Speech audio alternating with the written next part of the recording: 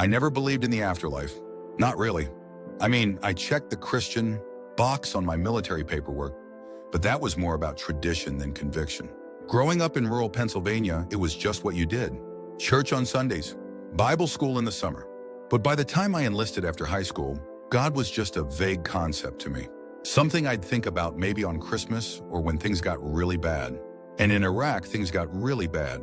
I joined the Army in 2003, right after the invasion began. Call it patriotism, call it opportunity, call it a 20-year-old with no better plans. My dad had served in Vietnam, my grandfather in Korea.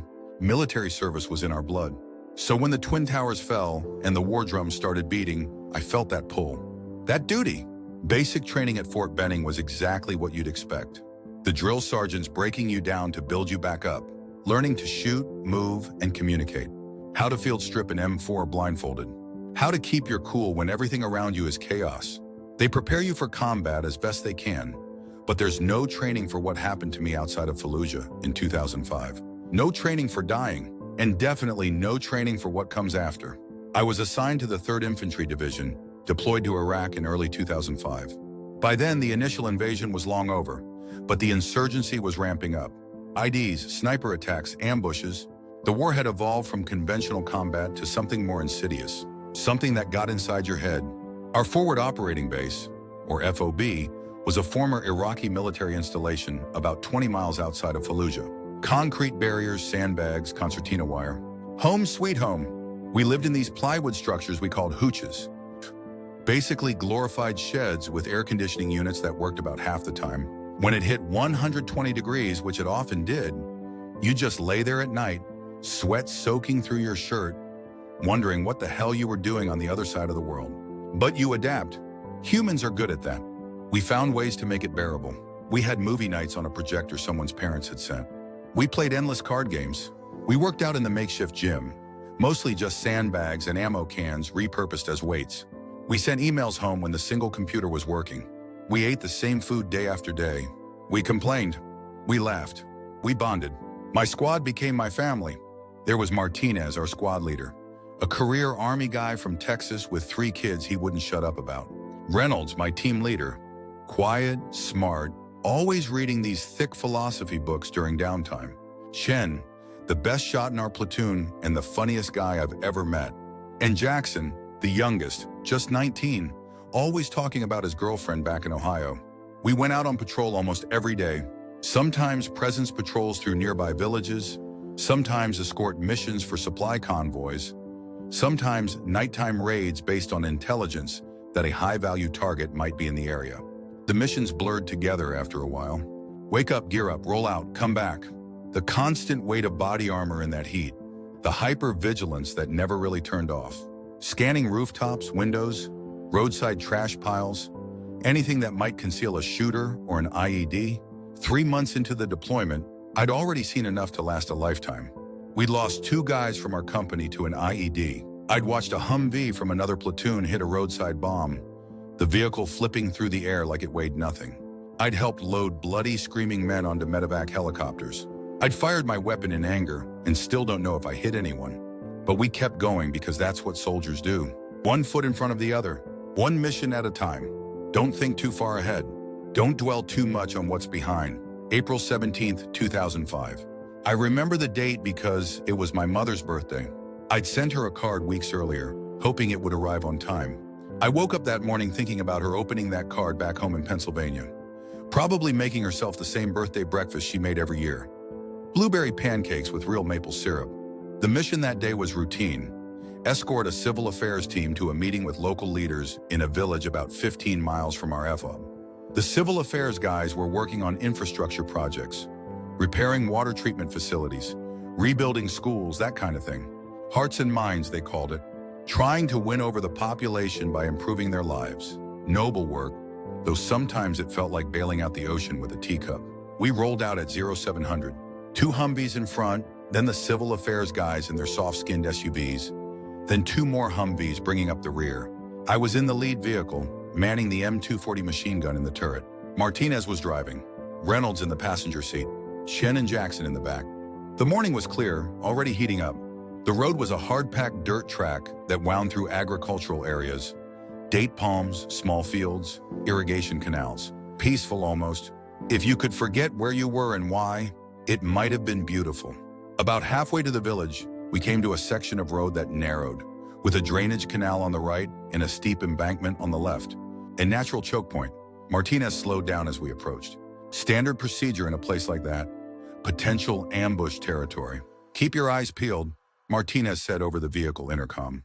I don't like this stretch. I swiveled the turret, scanning the area through my optics. Nothing obvious. No people in sight. No fresh digging in the road that might indicate an IED. Just the empty road ahead, the canal, the embankment. Looks clear, I said, but kept scanning. We were halfway through the narrow section when I spotted movement on the embankment to our left. Just a flash of fabric, someone ducking behind a rock. Movement, left side, up high. I called out, swinging the turret in that direction. Then everything happened at once. There was a sharp crack, a rifle shot from the embankment. Then another, then several more in rapid succession. I returned fire, the M240 bucking against my grip, brass casings ejecting in a steady stream. I could hear the others firing from inside the vehicle. Martinez accelerated, trying to get us through the kill zone. That's when the IED went off. It wasn't directly under us. It was to our right, at the edge of the road by the drainage canal. Later, they told me it was a shaped charge, designed to focus the blast in one direction, right at us. I remember the sound, not just loud but physical, like being hit with a giant invisible fist. I remember the pressure wave, the feeling of my insides compressing. I remember the Humvee lifting, tilting. I remember thinking, very clearly, this is bad. The blast caught us just right, or just wrong, depending on how you look at it. It flipped the Humvee onto its side, then over onto its roof, and sent it sliding toward the drainage canal. I was partially exposed in the turret when it happened. Physics did what physics does. A body in motion stays in motion. I was thrown. How far? I don't know. The world spun. Sky, ground, sky, ground. There was no pain, oddly enough. Just the sensation of flying, then impact. I landed in the drainage canal. The water wasn't deep, maybe 2 feet, but it was enough. I was face down, stunned, unable to move. My body armor and gear weighing me down. Water filling my nose, my mouth. I couldn't breathe. Couldn't call for help. Couldn't do anything. My last conscious thought was of my mother. Her birthday. The card I'd sent. How she'd feel when the notification officers showed up at her door. Then darkness. But that wasn't the end. It was just the beginning. People talk about their life flashing before their eyes when they're about to die. That's not how it happened for me. There was no highlight reel, no greatest hits of my 23 years. Just a sudden, complete absence of sensation. Like someone had flipped a switch and turned off the universe. Then, something else. I was aware, but not in any way I can properly describe. I had no body, no pain, no weight, no up or down, no light or dark, at least not at first. Just existence point, pure consciousness floating in a void. I don't know how long I was in that state. Time didn't seem to work the same way. It could have been seconds or centuries, but gradually I became aware of a presence. Not something I could see or hear, but something I could feel. A consciousness other than my own. And then there was communication. Not words exactly. More like direct understanding, thoughts and concepts flowing into my awareness. I knew things suddenly that I had never known before. I understood things that had always confused me.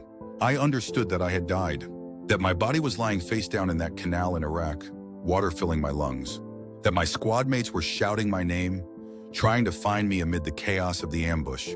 I could somehow perceive all of this, as if watching from above, but also from everywhere at once. But I also understood that this death was temporary, that I would be going back, that it wasn't my time, whatever that meant. The presence, I hesitate to call it God or an angel or anything so specific, though it felt ancient and vast and knowing, seemed to be preparing me for something, showing me things, teaching me. Slowly, the void began to change. Light appeared, not coming from anywhere, but simply being everywhere. Not blinding, but soft and diffuse. And in that light, I began to see shapes, forms. They coalesced into what looked like people, but they were made of the same light, just slightly more concentrated. One of these forms approached me, or I approached it. It's hard to say when direction doesn't really exist. As it drew nearer, I recognized it. Somehow, impossibly, it was Sergeant Willis. Willis had been killed 2 months earlier when his patrol was hit by an IED outside Ramadi. We'd had his memorial service at the FOB, his boots and rifle and helmet arranged in that solemn soldier's cross. But here he was. Not the physical Willis I had known, with his Georgia drawl and the scar on his chin from a childhood bicycle accident. This was his essence, the core of who he was, stripped of the temporary vessel of his body. And yet I knew him instantly. "You're not supposed to be here yet, Johnson," he said, though not with words. The meaning simply appeared in my consciousness. I tried to respond, to ask where here was, what had happened, how any of this was possible. But I had no mouth, no voice. Yet he understood me anyway.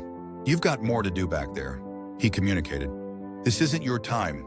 I felt, not heard, but felt other presences gathering around us. More fallen soldiers. Some I recognized from our unit, some from other units, some in uniforms from other wars, other times. An impossible gathering of the lost. One by one, they seemed to share something with me. Not memories exactly, but truth, understanding. Each imparting some fragment of wisdom or peace or purpose. I can't articulate most of it now. The human mind, the human language, they're too limited. It's like trying to describe color to someone who's been blind from birth. The concepts just don't translate. But what I do remember, what I can express, is the overwhelming sense of connection. The understanding that everything, every person, every action, every moment is interlinked in ways we can't comprehend while we're alive. That the divisions we create, nation, race, religion, even time itself, are illusions. Temporary boundaries in a boundless reality. As this understanding washed over me, the light began to change. It concentrated, brightened, focused into what seemed like a doorway or portal some distance away. The souls around me, Willis and the others, began to drift toward it. They belonged there. I did not. "Not for you," Willis communicated. "Not yet." I felt drawn to that light anyway. It exerted a pull stronger than gravity, more compelling than any desire I'd ever felt. Every part of my consciousness wanted to move toward it, to enter it, to become one with whatever lay beyond. But as I began to drift in that direction, I became aware of another sound. Faint at first, then growing stronger. Voices. Human voices. Shouting. "I found him. He's in the canal. Get a medic. Get a medic now." Chen's voice. Panicked, desperate. The light dimmed. The souls around me began to fade. Willis remained the longest, communicating one last thing before he disappeared. "Remember, tell them, it matters." Then the void collapsed, the light vanished, and pain, extraordinary all-encompassing pain, rushed in to fill the vacuum. I was back in my body, water spilling from my mouth as someone turned me onto my side, the taste of mud and copper, the weight of my soaked uniform, the burning in my lungs, the sharp stabbing agony in my left leg and ribs. "Stay with me, Johnson. Don't you fucking die on me." Chen's face, inches from mine, his eyes wide with fear. Jackson applying a pressure bandage to my leg. The sound of gunfire still echoing around us. The ambush wasn't over. I tried to speak, to tell them what I'd seen, what I'd learned. But all that came out was more water and a weak, rattling cough. "Medevac is 8 minutes out," someone was saying. "We need to move him to cover." Hands gripped my body armor, dragging me up the slippery bank of the canal, each movement sending fresh waves of agony through me. The sky above impossibly blue, the sun impossibly bright after the soft, diffuse light of wherever I had been.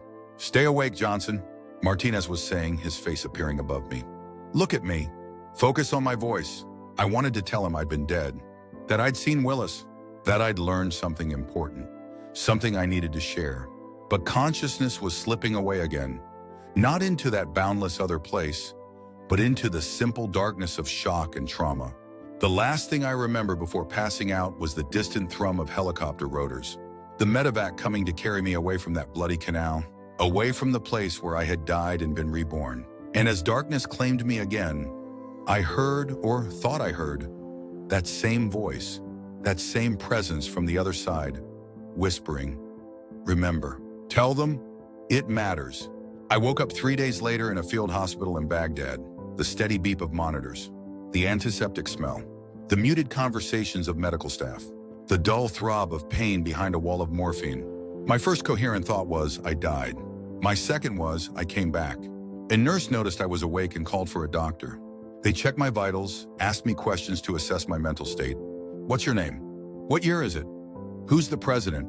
Simple things to make sure my brain was still working properly.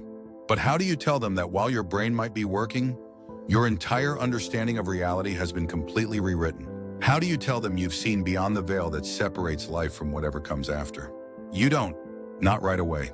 So I answered their questions. Specialist Alan Johnson. 2005, George W.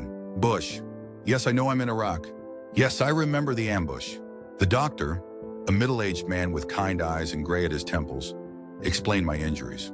Broken ribs, punctured lung, compound fracture of the left femur, concussion, water in the lungs, multiple lacerations and contusions. You were clinically dead for approximately 4 minutes, he said, checking something on my chart. Your squad pulled you from the canal and performed CPR until the medic could get to you. It was touch and go for a while. 4 minutes. Was that all? It had felt like an eternity in that other place. Your friend Chen refused to give up on you, the doctor continued. Kept performing chest compressions even while taking fire. You owe him your life. I nodded, though I wasn't sure that was entirely accurate. I owed Chen for bringing me back, yes. But there had been something else at work too. Something that had decided it wasn't my time. What about the others? I asked, my voice raspy from the breathing tube they'd removed before I woke up. My squad? The doctor's expression shifted subtly. Reynolds and Martinez are fine. Some cuts and bruises. Jackson took some shrapnel in the arm, but he'll recover. And Chen? I asked, noticing the omission. He's stable, lost a lot of blood, took a round through the shoulder while he was pulling you out. They've evacuated him to Germany. He should make it. I closed my eyes, feeling a complex mix of gratitude and guilt. Chen had risked his life, nearly lost it, to save me. And I had been ready, eager even, to follow those souls toward that light, to abandon this world and everyone in it. Get some rest, the doctor said, patting my uninjured leg. We'll talk more later. But rest wouldn't come. Every time I closed my eyes, I saw it all again. The void, the light, Willis and the others, the overwhelming sense of connection and purpose. The message, remember, tell them it matters. Tell them what exactly? That's what I couldn't quite grasp. The specifics were slipping away, like waking from a vivid dream. The feeling remained, the certainty that I had experienced something profound and real, but the details were becoming fuzzy around the edges. A day later, they moved me to the larger military hospital at Camp Anaconda. 2 days after that, I was on a transport to Landstuhl Regional Medical Center in Germany. My war was over, at least for now. The physical recovery would take months. The other recovery, making sense of what had happened to me on the other side, well, that would take longer. In Germany, they performed another surgery on my leg, inserting a titanium rod to replace the shattered femur. The doctors were optimistic I'd walk normally again, eventually. Physical therapy would be long and painful, but I was young, fit, and motivated. While at Landstuhl, I was finally able to call home. My mother answered on the second ring, her voice cautious, the way family members answer when the caller ID shows an unfamiliar number during wartime. Mom? I said, and just that one word brought her to tears. Alan, she choked out. Oh God, Alan. They told us you were hurt, but stable. Are you okay? Really okay? I'm alive, I said, and the word carried new weight for me. I'm coming home. She cried then, really cried, the way mothers do when the weight of fear finally lifts. I found myself crying too, though I couldn't have said exactly why. For the pain I'd caused her? For the friends still in danger? For the strange beauty of what I'd experienced in death? For all of it, perhaps. I got your card, she said finally, composing herself. It came the day before the officers did. I knew something was wrong even before they knocked. Mother's intuition, I guess. Mother's intuition. Or something more? I wondered now about all the things we dismiss as coincidence or imagination. How thin is the veil between this world and whatever lies beyond? How much bleeds through that we choose not to see? I'll be home soon, I promised her. We have a lot to talk about. After a week at Landstuhl, I was stable enough to be transported back to the States. Walter Reed Army Medical Center in Washington, D.C. became my home for the next 6 weeks. More surgeries, more physical therapy, psychological evaluations. Standard procedure for anyone who'd been through trauma and combat. I was careful what I said to the military psychologist. I mentioned the nightmares, the flashbacks, the survivor's guilt, all the expected symptoms of PTSD. I didn't mention dying. I didn't mention the light or Willis or the profound sense of connection I'd felt on the other side. Those things stayed private, at least for now. It wasn't that I feared they'd think I was crazy. It was that the experience felt too personal, too sacred to share with someone who was just checking boxes on an evaluation form. And part of me was still processing it all, still trying to understand what it meant. One night, about a month into my stay at Walter Reed, I had a visitor. A chaplain, not one I'd met before. An older man, maybe in his 60s, with silver hair and deep lines around his eyes that spoke of both laughter and sorrow. "Mind if I sit?" he asked, gesturing to the chair beside my bed. I shrugged. I wasn't particularly religious, despite what my paperwork said, but I had nothing against chaplains. They served an important purpose, especially in war. "I'm Chaplain Thomas," he said, settling into the chair. "I try to visit all the wounded from Iraq and Afghanistan, see if there's anything they need, anything they want to talk about." "I'm good, Chaplain," I said automatically. "Thanks for stopping by." He nodded but didn't rise to leave. Instead, he studied me with a peculiar intensity. "You know," he said finally, "I've been doing this a long time, talking to soldiers who've seen combat, who've been wounded, who've lost friends. I like to think I've gotten pretty good at reading people." I said nothing, waiting. "And you," he continued, "you've got the look of someone who's seen something more than just the usual horrors of war, something you're trying to make sense of." I felt a chill run down my spine. Was I that transparent? Or was he just fishing, saying something vague enough that it might apply to anyone? "What do you mean?" I asked cautiously. He leaned forward slightly. "The doctors tell me you were clinically dead for several minutes." "That true?" I nodded slowly. "And during that time, did you experience anything unusual?" The question hung in the air between us. This was my opportunity to talk about it with someone who might understand, or at least who wouldn't immediately reach for a psychiatric diagnosis. And yet I hesitated. Why do you ask?" I countered. His small smile crossed his face. "Because you wouldn't be the first. Not by a long shot." He reached into his pocket and pulled out a small notebook. Well-worn, the edges of the pages yellowed with age. He flipped it open and began to read. "Marine Battle of Fallujah, 2004. I felt myself rising above my body. I could see the corpsmen working on me. I felt no pain, only peace. Then I was in a place of light where I met my grandfather, who had passed years before." He turned a page. "Army Ranger, Afghanistan, 2002. There was a tunnel with light at the end. I was moving toward it when I heard the medic shouting my name. I didn't want to go back, but something pulled me away from the light." Another page. "Navy Corpsman, Vietnam, 1968. I was clinically dead for 6 minutes after our position was overrun. During that time, I was somewhere else. Not heaven as I'd been taught in Sunday school, but somewhere beyond. I met others who had died. They had a message for me." He closed the notebook and looked at me. "Sound familiar?" I swallowed hard, my throat suddenly dry. "You've been collecting these stories?" He nodded. "For over 30 years, from every conflict since Vietnam. Different branches, different backgrounds, different religious beliefs, or none at all. But the experiences, there are patterns, consistencies." "Why?" I asked. "I mean, why collect them?" "Because they matter," he said simply. "Because they tell us something important about what it means to be human. About what might wait for us on the other side." Those words, "they matter," echoed what Willis had communicated to me. "Remember, tell them, it matters." And suddenly I found myself talking, the words pouring out of me like water from a broken dam. I told him everything. The void, the light, Willis and the other soldiers, the sense of connection, the message, the reluctance to return. He listened without interruption, without judgment. When I finally fell silent, he simply nodded, as if I'd confirmed something he already knew. "Thank you for sharing that," he said quietly. "I know it's not easy to put into words." "Do you think it was real?" I asked. "Or just my brain, oxygen-deprived, creating hallucinations?" "I think that's the wrong question," he replied. "The materialists will always have their explanations. Dying neurons, chemical reactions, the brain's last desperate attempt to make sense of its own shutdown. But they can't explain the consistencies across thousands of accounts. They can't explain the verifiable information people bring back. Things they couldn't have known. Like what? Like people accurately describing medical procedures performed on them while they were clinically dead. Like conversations that happened in waiting rooms far from their bodies. Like meeting deceased relatives they never knew existed, only to have family members later confirm those people were real." He leaned back in his chair. "I'm not telling you what to believe, son. That's for you to decide. But I will say this. In 30 years of collecting these stories, I've never had someone tell me their experience wasn't real. Never. They might question the interpretation, the meaning, but not the reality of the experience itself." I thought about that. He was right.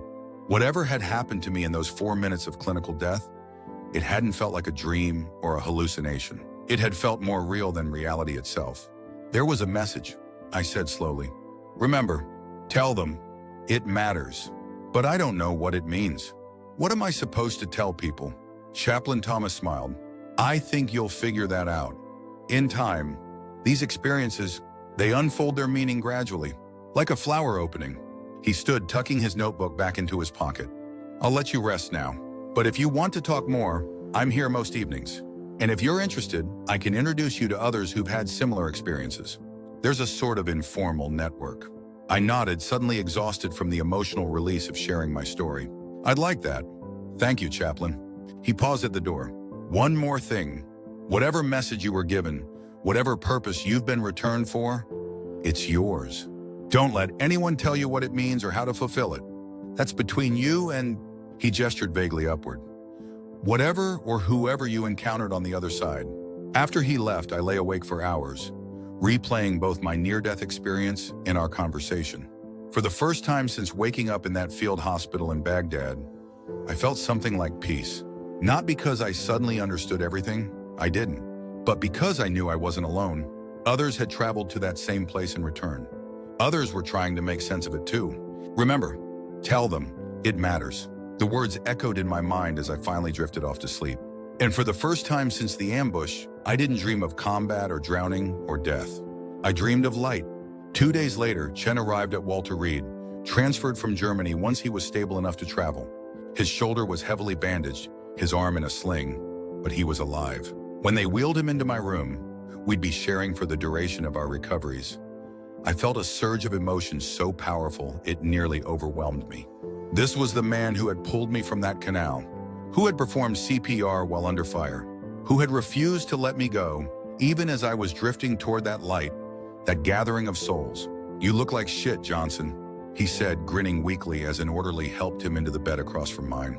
Speak for yourself, I replied, but I was fighting back tears. Once the orderly left, a heavy silence fell between us. How do you thank someone for saving your life? What words could possibly be adequate? Chen, I started, my voice thick. I don't know how to. He cut me off with a wave of his good hand. Don't? You'd have done the same for me. Yeah, but seriously, man. It's what we do, right? Leave no one behind. I nodded, swallowing the lump in my throat. Right. Another silence, but less strained this time. They tell me you were dead for a few minutes there, Chen said finally. Like actually dead. No pulse, no breathing. I met his eyes. Yeah. He hesitated, then asked the question I could see burning in him. Did you see anything? You know, while you were out. And there it was. The opportunity to share what had happened. To begin fulfilling whatever purpose that message, remember, tell them, it matters, was meant to serve. Starting with the very person who had brought me back. Yeah, I said softly. I did. Chen's eyes widened slightly. He glanced at the door to make sure no one was about to interrupt, then leaned forward as much as his injured shoulder would allow. Tell me everything, he said. So I did. I told him about the void, the light, seeing Willis and the others, the sense of connection, the message. I told him how I had been drawn toward that light, how part of me had wanted to stay there, and how I had felt pulled back to my body when he started CPR. He listened in total silence, his expression shifting from curiosity to wonder to something like awe. When I finished, he let out a long, slow breath. Holy shit, he whispered. I don't even know what to say. You think I'm crazy? I asked, half joking, half serious. He shook his head emphatically. No, man, no way. I've heard stories like this before. My uncle, he had a heart attack a few years back. Flatlined for almost 5 minutes. He saw something similar. The light, dead relatives, all of it. Changed his whole life afterward. I hadn't expected that. Really? Yeah. He was this hardcore atheist before. Scientist type, you know. Afterward, he wasn't religious exactly, but different. Said he knew there was something more now. Couldn't deny his own experience. That resonated with me. Whatever had happened, whatever explanation might exist, the experience itself was undeniable. As real as the hospital bed I was lying in. As real as the pain in my healing leg. So what are you going to do with it? Chen asked after a moment. This message you got, remember. Haha, tell them. It matters. What does it mean? I shook my head. I'm still figuring that out. But I think it's about connection, about remembering that we're all linked somehow, that the divisions between us are temporary, artificial. To deep, Chen said, but not mockingly. And you think you're supposed to share this? With who? I don't know. Everyone who'll listen, maybe, or specific people I'm meant to meet. I'm not sure yet, but talking to you feels right, like a start. Chen was quiet for a moment, considering this. Well, I'm listening, he said finally. And for what it's worth, I believe you. I mean, I was there, man. I felt your pulse come back under my hands. I saw you take that first breath after being gone. If that's not some kind of miracle, I don't know what is. We talked long into the night about life and death, about war, about what might wait for us all on the other side. It wasn't a conversation I ever expected to have with Chen, a guy who'd always seemed more interested in sports and video games than philosophy. But near death has a way of deepening people, both those who experience it and those who witness it. As we finally drifted towards sleep, Chen said one more thing that stuck with me. You know what's crazy? When I was doing CPR on you, when I was screaming at you not to die, I swear I felt something, like I wasn't alone, like something or someone was there with me helping. I thought it was just adrenaline or fear or whatever. But after hearing your story, I don't know, maybe it wasn't just me bringing you back. I thought about that as I fell asleep. The barrier between this world and whatever comes next, it's thinner than we think, more permeable. Things slip through in both directions. Messages, presences, purpose. Remember, tell them, it matters. I was beginning to understand what that might mean, and who them might be. Everyone who would listen, starting with you. My recovery at Walter Reed stretched into months. Physical therapy was a special kind of hell. Learning to walk again on a leg that had been shattered then rebuilt with titanium and screws. The pain was constant, a dull throb punctuated by sharp spikes whenever I pushed too hard. But I pushed anyway, every day a little further, a little longer, a little stronger. The physical recovery was straightforward in its way. Follow the protocol, do the exercises, take the meds, rest, repeat.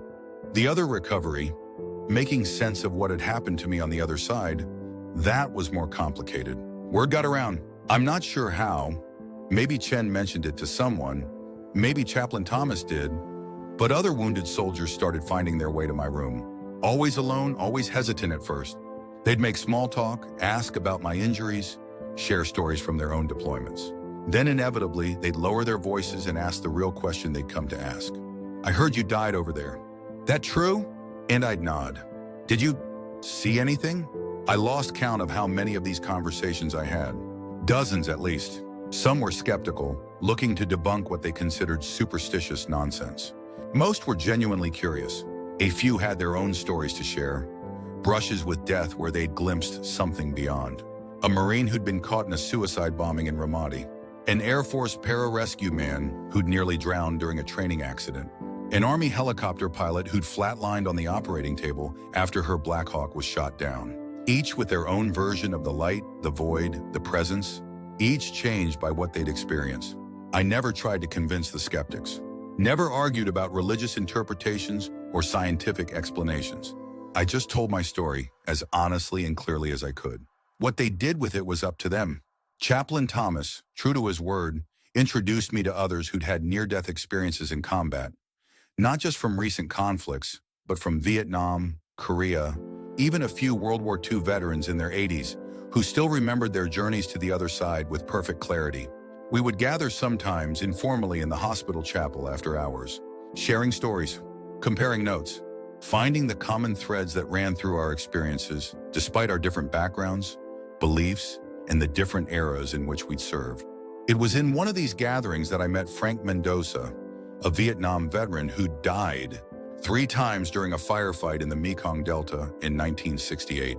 Frank was in his 60s now, with steel gray hair and hands gnarled by arthritis, but his eyes were sharp and alive. The thing you gotta understand, he told me during one of our conversations, is that what happened to you? What happened to all of us? It's not meant to be kept private. It's not just for us. What do you mean? I asked. The message you got, remember.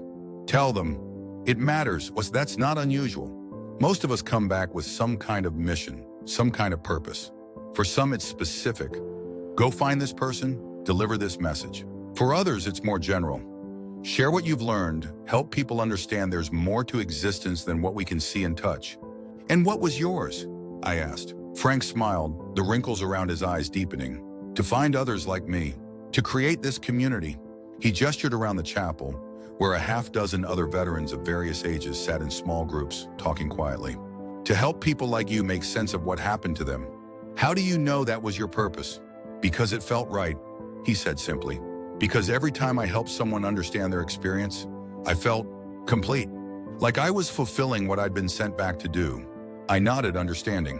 Whenever I shared my story, especially with someone who'd had a similar experience, I felt that same sense of rightness, of purpose. So what do you think my purpose is? I asked. Frank shook his head. Can't tell you that, son. That's for you to discover. But I will say this, you're a natural storyteller. The way you describe your experience, it reaches people, makes it real for them. That's a gift. I thought about that a lot in the weeks that followed. A storyteller. Was that my purpose?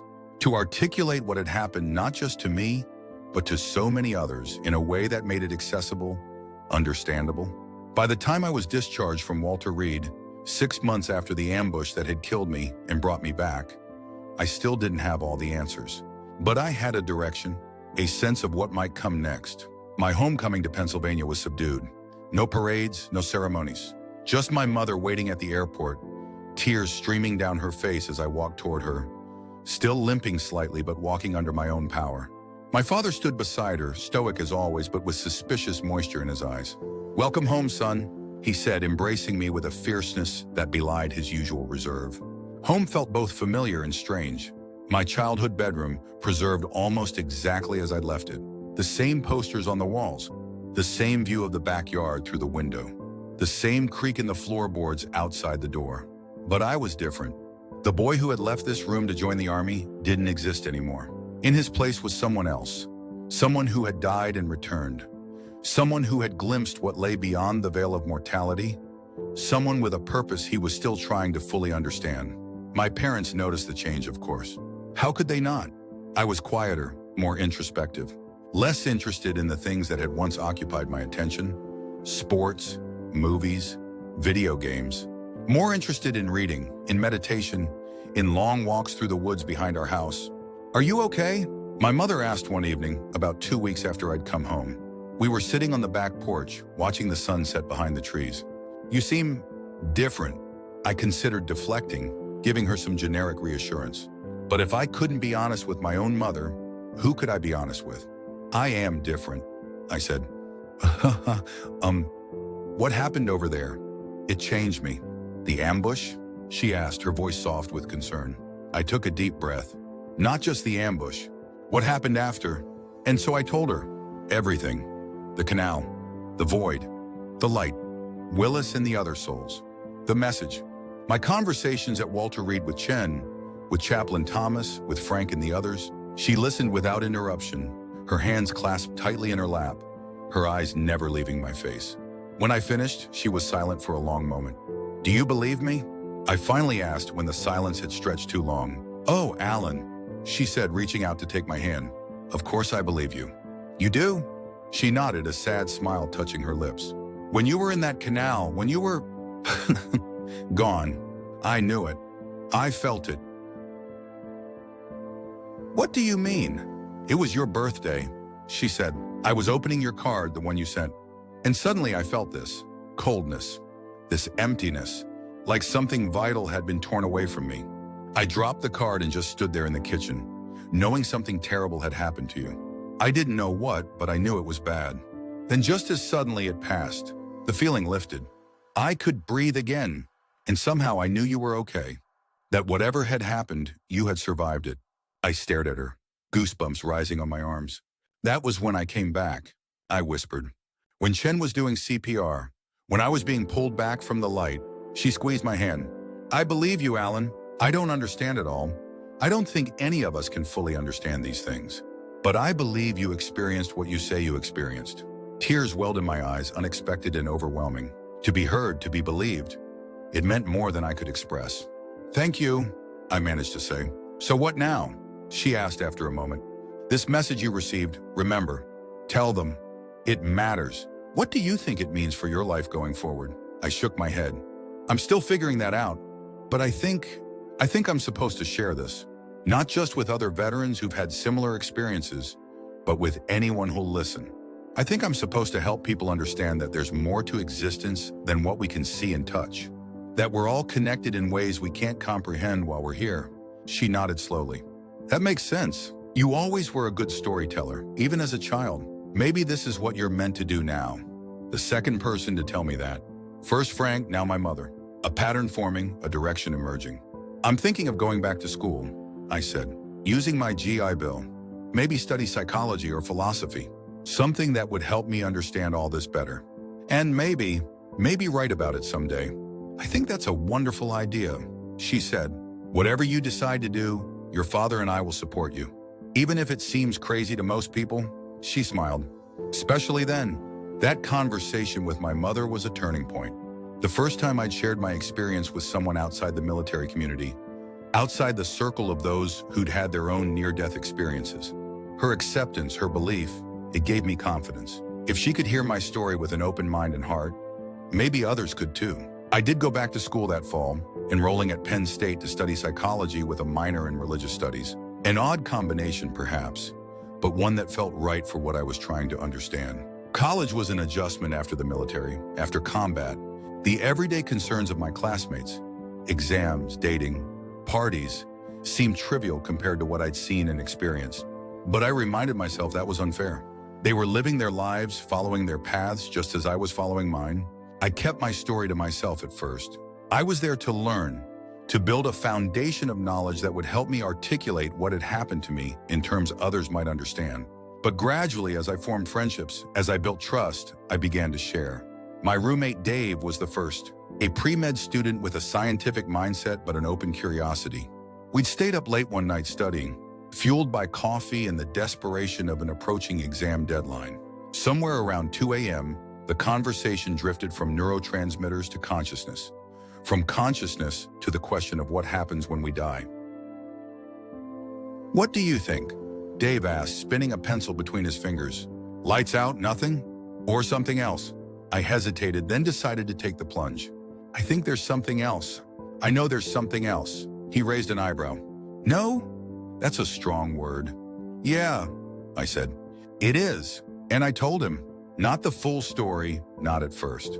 Just the bare outline. I died in Iraq. I experienced something while clinically dead. I came back changed. I expected skepticism, maybe even mockery. What I got was rapt attention, genuine curiosity, and a flood of questions that kept us talking until the sun came up. The science suggests these experiences are just the brain shutting down. Dave said at one point, oxygen deprivation, dying neurons firing randomly, the release of endorphins and other chemicals. Maybe, I conceded. I can't prove otherwise. All I know is what I experienced, and it didn't feel like a hallucination or a dream. It felt more real than this conversation we're having right now. He nodded thoughtfully.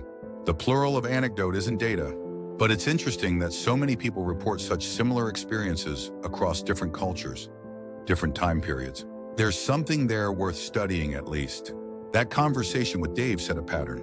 As I moved through my college years, I became more open about my experience, sharing it in appropriate contexts, class discussions about consciousness or spirituality, late-night philosophical debates in dorm rooms, conversations with professors who specialized in related fields. Some were dismissive, of course. One psychology professor called near-death experiences the last gasp of a dying brain, nothing more. A fellow student in my religious studies class accused me of trying to push a Christian narrative, despite the fact that what I'd experienced didn't fit neatly into any religious framework I knew of. But many more were interested, engaged, willing to consider the possibilities. And a surprising number shared their own stories, not necessarily near-death experiences, but moments where they'd sensed something beyond the material world. A presence during meditation, a vivid dream of a deceased loved one that contained information they couldn't have known. A sudden, overwhelming sense of connection to everything around them during a walk in nature. I stayed in touch with Chen throughout these years. He'd been medically discharged from the Army due to his shoulder injury and had moved back to California, where he was working for his father's construction business. We'd talk on the phone every few weeks, catching up on our lives, but always circling back to that day in Iraq, to what I'd experienced on the other side. "You should record it," he told me during one of these calls midway through my junior year. "Your story. The whole thing, with all the details, before you forget anything." "I don't think I could forget if I tried," I said. "Still, memory changes over time. Details fade or get replaced. You should get it all down while it's still fresh." He was right, I knew. Already, certain aspects of my experience were becoming harder to articulate. Not the core of it, not the essential truth of what had happened, but some of the nuances, the textures, the ineffable qualities that made it so profound. So I started writing. Not for publication, not at first. Just for myself. A complete account of what had happened that day in Iraq and what had followed. The ambush, the canal, the void, the light, Willis and the other souls. The message, the return, the recovery, the search for meaning. Writing it down was both cathartic and clarifying. The act of finding words for something so far beyond words forced me to examine my experience with new precision, new depth. I shared the manuscript with Chen, with Chaplain Thomas, with Frank Mendoza, with others who'd had their own near-death experiences. Their feedback helped me refine it, deepen it, make it more accessible to those who hadn't been there themselves. By the time I graduated with my psychology degree, I had a complete manuscript. Not just an account of my near-death experience, but an exploration of what it might mean. For me, for others who'd had similar experiences, for our understanding of consciousness and what might lie beyond death. "You should publish this," Frank told me when he'd finished reading it. We were sitting in his small apartment in Virginia, where he'd moved to be closer to the community of NDE veterans he'd helped create. "It's powerful stuff, Alan. People need to hear it." "I don't know," I said, uncertain. "It's personal. Putting it out there for anyone to read, to judge. That's fear talking," he said bluntly. "And that's okay. Fear is natural. But remember your message. Tell them. It matters. You can't do that if you keep this to yourself." He was right, I knew. And yet the thought of exposing something so intimate, so profound to public scrutiny, it terrified me. "Take some time," Frank advised. "You'll know when you're ready." I took a job after graduation as a counselor at a VA hospital in Pittsburgh, working with veterans dealing with PTSD and other combat-related traumas. It felt like the right place to be, using my psychology degree while staying connected to the military community that had shaped me. I was good at the job. My own experiences, both in combat and afterward, gave me insights, empathy, a connection with these men and women that other counselors sometimes struggled to establish. I didn't share my near-death experience with every veteran I counseled, but when it seemed appropriate, when it might help, I did. One such veteran was Marcus Reed, a Marine who'd served 3 tours in Afghanistan and had come home profoundly changed, not just by what he'd seen and done in combat, but by something that had happened during his 3rd deployment. "I died," he told me during our 5th session together. His voice was flat, his eyes fixed on a point somewhere over my shoulder. "IED took out our vehicle. I was thrown clear, but my insides were messed up. Internal bleeding. They told me later my heart stopped for almost 3 minutes before they got me back." I nodded, waiting, giving him space to continue if he wanted to. "I saw something," he said finally, his eyes flicking to mine, then away again. While I was gone, but I don't talk about it. People think you're crazy, or religious, or both." "I understand," I said quietly. "More than you know." Something in my tone made him look at me directly. Really look at me for perhaps the first time since we'd started our sessions. "You've seen it too?" he said. Not a question, a recognition. I nodded.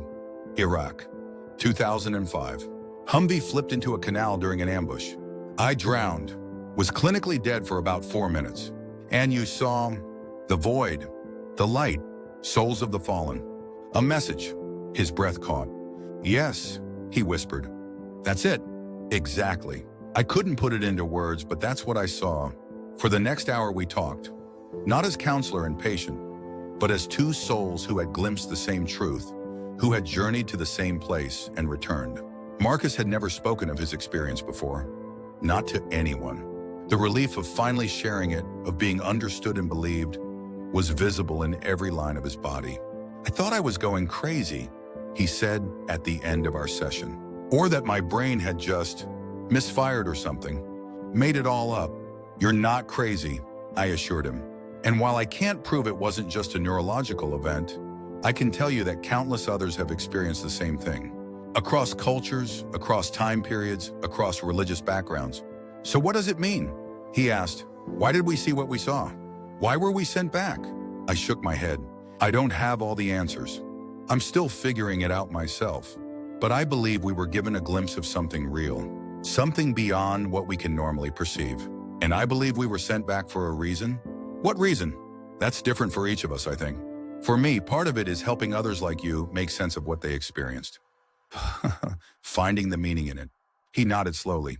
I've been so focused on what I lost over there.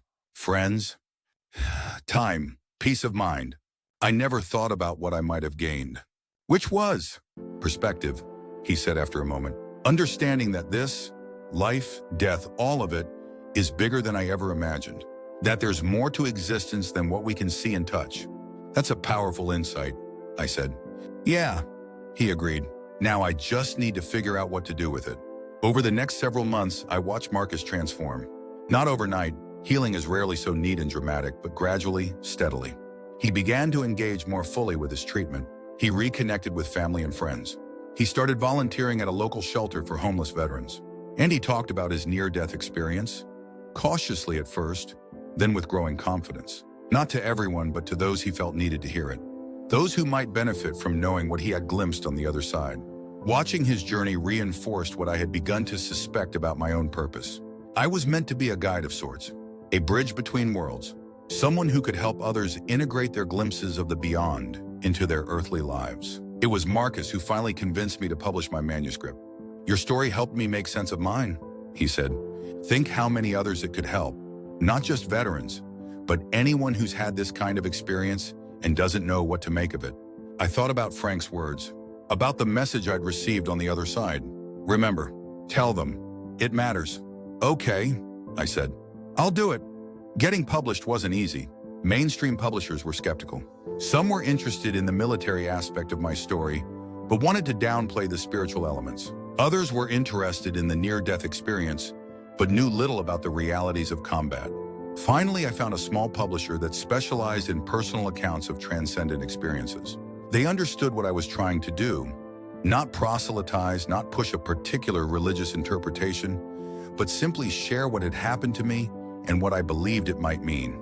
I Died in Iraq, A Soldier's Journey to the Other Side and Back, was published in the fall of 2012, 7 years after the ambush that had claimed my life and given it back to me. The initial print run was modest, 5,000 copies, and my expectations were similarly modest.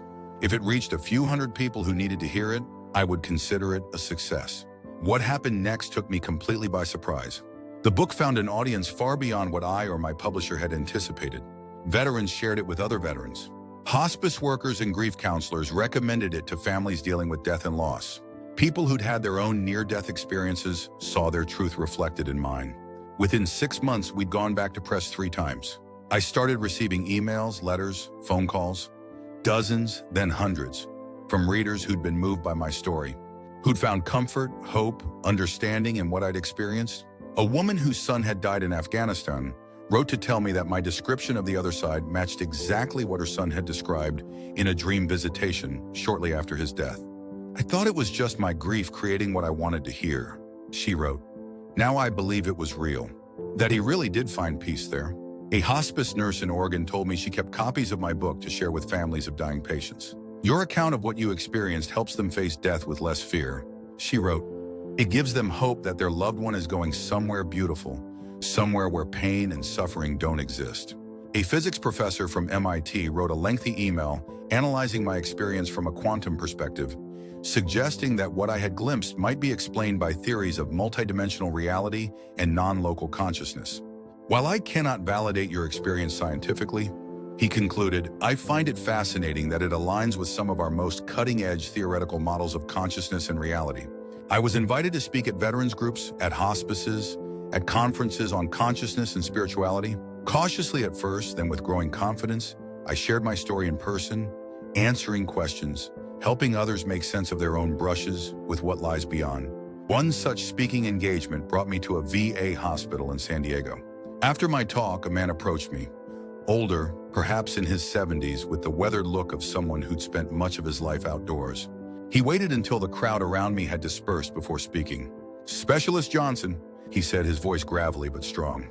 "I served with your father in Vietnam, 173rd Airborne. I recognized your name when I saw the flyer for this event. You knew my dad?" I was surprised. My father rarely spoke about Vietnam, rarely connected with those he'd served with. The man nodded. "David Johnson, good soldier, saved my life during a firefight outside Dak To." He extended his hand. "James Willis." Most people called me Jim. I froze, my hand halfway extended. "Willis?" I repeated, a chill running through me. "That's right." He tilted his head, noticing my reaction. "Something wrong, son? Did you have a son?" I asked. "Who served in Iraq?" His expression darkened, pain flashing across his weathered features. "Michael, Army, 3rd Infantry Division, killed in 2005 near Ramadi. Sergeant Michael Willis. The soul I'd encountered on the other side. The one who had told me it wasn't my time, who had communicated the message that had guided me since. Remember, tell them, it matters." My legs suddenly felt weak. I sank into a nearby chair, staring up at Jim Willis, trying to process what was happening. "Your son," I said, my voice barely above a whisper. "I saw him.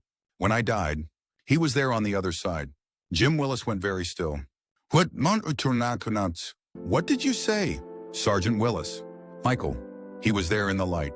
He told me it wasn't my time, that I had more to do back here. He gave me a message." Jim lowered himself slowly into the chair beside me, his eyes never leaving my face. "My Michael?" I nodded. "We were in the same division, though not the same battalion. I knew who he was. I was at his memorial service at the FOB after he was killed." What did he look like?" Jim asked, his voice tight with emotion. "In this place you saw him? It wasn't about physical appearance, not exactly." I tried to explain. "It was more like essence, soul." But I knew him instantly. "It was him, Mr. Willis. I'm certain of it. And he spoke to you, not with words. It was more direct than that. Thought to thought. But yes, he communicated with me." "What did he say?" Jim's eyes were bright with unshed tears. "Please, I need to know." I closed my eyes, remembering. He said I wasn't supposed to be there yet, that I had more to do back here. Then there was a message. "Remember, tell them, it matters." I've been trying to understand what that means ever since. When I opened my eyes, tears were streaming down Jim Willis's face. "That sounds like Michael," he said, his voice breaking. "Always looking out for others, always believing that what we do here matters." He reached into his pocket and pulled out a worn leather wallet. From it, he extracted a folded piece of paper, creased and softened with age. He handed it to me with trembling fingers. "Michael's last letter home," he explained. "Read the last paragraph." I unfolded the paper carefully. The handwriting was neat, precise, military. I scanned down to the final paragraph. "Don't worry about me, Dad. I know what we're doing here matters, even on the days it doesn't feel like it. Someone has to remember that. Someone has to tell the people back home. It matters. All of it matters." The words blurred as my own eyes filled with tears. The same message. Almost the exact same words. "He wrote this 2 weeks before he was killed," Jim said quietly. "I've carried it with me every day since." We sat there in silence for a long moment, both of us trying to process what this meant. What were the odds that I would meet the father of the very soul who had guided me on the other side? What were the odds that the message I'd carried all these years would match so precisely the words in his final letter home? Too small to calculate, too perfect to be coincidence. "Thank you," Jim said finally, refolding the letter and returning it to his wallet. "For telling me this, for writing your book. I've been angry since Michael died, questioning everything, wondering if his sacrifice meant anything at all, if there was any purpose to it, or if it was just waste, senseless waste. And now?" I asked gently. "Now I think," he paused, searching for words, "I think he's still out there somewhere, still himself, still caring about others, still believing that what we do here matters." A small, sad smile touched his lips. "That helps, more than I can say." We talked for hours after that, Jim and I, about his son, about my experience, about grief and hope, and the thin veil that separates this life from whatever comes next. When we finally parted, we embraced like old friends, like family. "Keep telling your story," he said. "Keep sharing what you saw." Michael was right, it matters. "I will," I promised. "And thank you for helping me understand the message better. I've been carrying it all these years, not fully grasping what it meant." "Maybe that's how it works," Jim suggested. "Maybe we all carry pieces of the truth, and it's only when we share them that the full picture starts to emerge." I thought about that conversation with Jim Willis often in the months and years that followed, about the incredible synchronicity of our meeting, about the confirmation it provided that what I'd experienced was real, not just some neurological misfire in a dying brain. The skeptics would call it coincidence, of course, or selective perception, seeing patterns where none exist, or even fabrication, a story too perfect to be true. But I knew better. I had carried Willis's message for years before meeting his father. I had written about it in my book, published months before our paths crossed. There was no way I could have known about that letter, those words, that parallel. This wasn't proof in the scientific sense. Nothing about near-death experiences can be proven that way. But it was validation of the most personal kind, a confirmation that the message I'd been given, the purpose I'd been pursuing, was real and meaningful. My book continued to find its audience. A paperback edition was published. Translations appeared in Spanish, German, Korean. I continued to speak, to share, to guide others who had glimpsed what I had glimpsed. And I continued to receive my own guidance. Not in dramatic visions or voices, but in small synchronicities, in dreams, in moments of clarity that seemed to come from beyond my own understanding. 10 years after the ambush that had claimed my life and given it back to me, I returned to Iraq. Not as a soldier this time, but as part of a Veterans Peace delegation. The war was officially over, though violence and instability continued. The country was changed and so was I. I wasn't sure what I was looking for in returning. Closure, perhaps. Understanding. A way to connect the circle of my experience. Our delegation traveled to several cities, meeting with Iraqi civilians, with government officials, with other veterans who had chosen to return. But there was one journey I needed to make alone. With the help of a local guide and a former military contractor who knew the area, I returned to the site of the ambush, the place where I had died. The landscape had changed somewhat. Buildings repaired or replaced, new construction, the normal evolution of a place over time. But the road was the same. The drainage canal was the same, though the water level was lower than I remembered. I stood at the edge of that canal, looking down at the muddy water that had claimed my life, remembering the weight of my gear pulling me down, the inability to move, to breathe, the darkness closing in, and then the light that had followed. This is where it happened. I told my guide, who stood a respectful distance away. "This is where I died." He nodded, solemn but not surprised. Many veterans, he told me, came back to the places where they had experienced their most traumatic moments, looking for peace, for understanding, for resolution. I knelt at the edge of the canal and let my hand trail in the water. It was cool against my skin, silty with suspended sediment. Just water. Just a drainage ditch at the side of a dusty road in Iraq. And yet, it had been the gateway to the most profound experience of my life. "Thank you," I whispered, though I wasn't sure who or what I was thanking. The canal itself? The circumstances that had led to my death? The presence I had encountered on the other side? All of it, perhaps. As I stood to leave, I felt a sudden breeze, unusual in the still, hot air of midday. It ruffled my hair, cooled the sweat on my face, and brought with it a sense of completion, of coming full circle. I had died here. I had glimpsed what lies beyond. I had returned with a message, a purpose, and I had fulfilled it as best I could. Was still fulfilling it, day by day, story by story, connection by connection. Remember, tell them, it matters. Standing there at the site of my death and rebirth, I finally understood the message in its fullness. It wasn't just about sharing what I had seen on the other side, though that was part of it. It was about remembering the fundamental truth I had glimpsed there, that we are all connected, all part of something larger than our individual lives. It was about telling others that truth in whatever way I could. And it was about living in accordance with that understanding, treating each interaction, each relationship, each moment as if it matters. Because it does. I turned away from the canal and walked back to where my guide waited. As we made our way back to the vehicle, I felt lighter somehow. Not just the emotional weight of returning to this place, but something deeper. The burden of uncertainty I had carried for so many years. About why I had died, why I had been sent back, what I was meant to do with what I had seen. That burden was lifted now, not because I had all the answers. I didn't, and perhaps never would. But because I had come to understand that the questions themselves were part of the journey, that searching for meaning was, in itself, meaningful.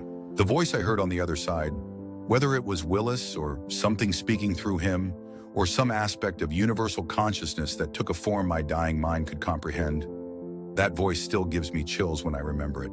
Not from fear, but from awe. From the recognition that there is more to existence than we can possibly understand from this side of the veil.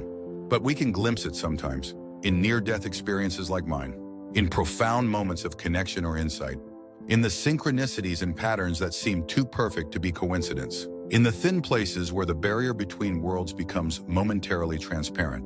I died in Iraq when my Humvee flipped. I journeyed to a place beyond life as we know it. I returned with a message I'm still working to understand and fulfill. And if there's one thing I know with absolute certainty, it's this: it matters. All of it matters. Every life, every death, every moment in between. Every act of courage or kindness or sacrifice. Every attempt to understand, to connect, to transcend our limited perspective. It matters in ways we cannot fully comprehend from this side. But someday we will. Someday we all will. And until then, I'll keep remembering, keep telling, keep living as if it all matters. Because it does.